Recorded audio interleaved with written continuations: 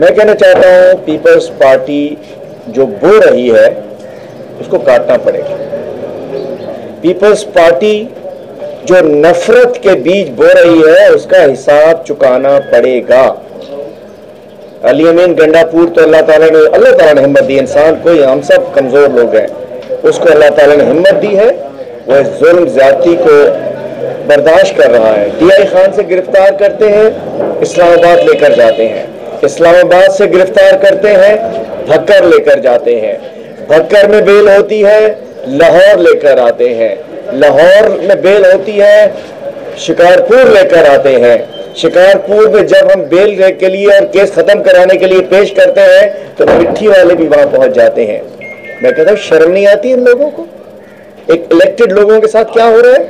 इमरान खान के ऊपर 150 के करीब केसेस बन गए हैं। ये सारे क्रिमिनल, ये चोर, ये डाकू, ये बाशी दहशतगर्द ये हुकूमत के अंदर बैठे हुए हैं और इमरान खान और उसके साथियों को केसेस में धकेला जाता है। मैं कहना चाहता हूँ हर दिन एक साथ नहीं रहता।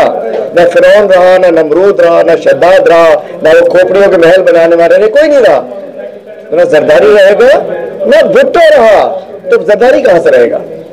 मैं कहना चाहता हूँ ये जो नफरतों के बीज बो रहे हैं और ये जो जरदारी कमदारी कर रहा है, ये जो जरदारी कमदारी कर रहा है इंपोर्टेड गवर्नमेंट की, सिंध में आजम सवाती को सिंध ले जाओ, अली अमीन गंडापुर को सिंध ले जाओ, हसन न्याजी को सिंध ले जाओ, हर बंदे को यहाँ मौजूद होते हैं।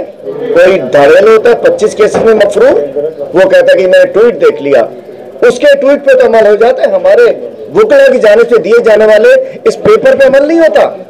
वेरीफाई कराएंगे। एक डाकू जिसने एफआईआर काटी, दूसरा मवाली मंशियात फरोश मिट्टी में जिसने एफआईआर काटी। और मैं आईजी जेल से कहता हूँ, जो भी नया होम सेक्रेटरी आया उससे कहता हूँ, कमदारी न करो, कमदारी न करो, गुलामी न करो, गुलामी न करो। इसका हिसाब आपको चुकाना पड़ेगा। और हमारे मुझ पर भी 69 डेज अंदर रखा, 29 केस बना लिए। जिंदगी मौत अल्लाह के हाथ में है, इज्जत जिल्लत भी अल्लाह के हाथ में है।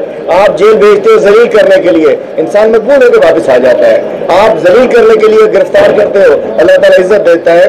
फौरी तौर पे अली अमीन गंडापुर साहब को रिहा कर दिया जाए, चूंकि उनकी मिट्टी के केस फारिग हो चुका है, शिकारपुर का केस डिस्चार्ज हो चुका है, दीगर तमाम पाकिस्तान के केसेस में जमानत हो चुकी है। 1 दिन 2 दिन 3 दिन कोई इशू नहीं है। हमारा दलेर दबंग भाई है, लेकिन हिसाब आप लोगों को देना पड़ेगा। बहुत शुक्रिया।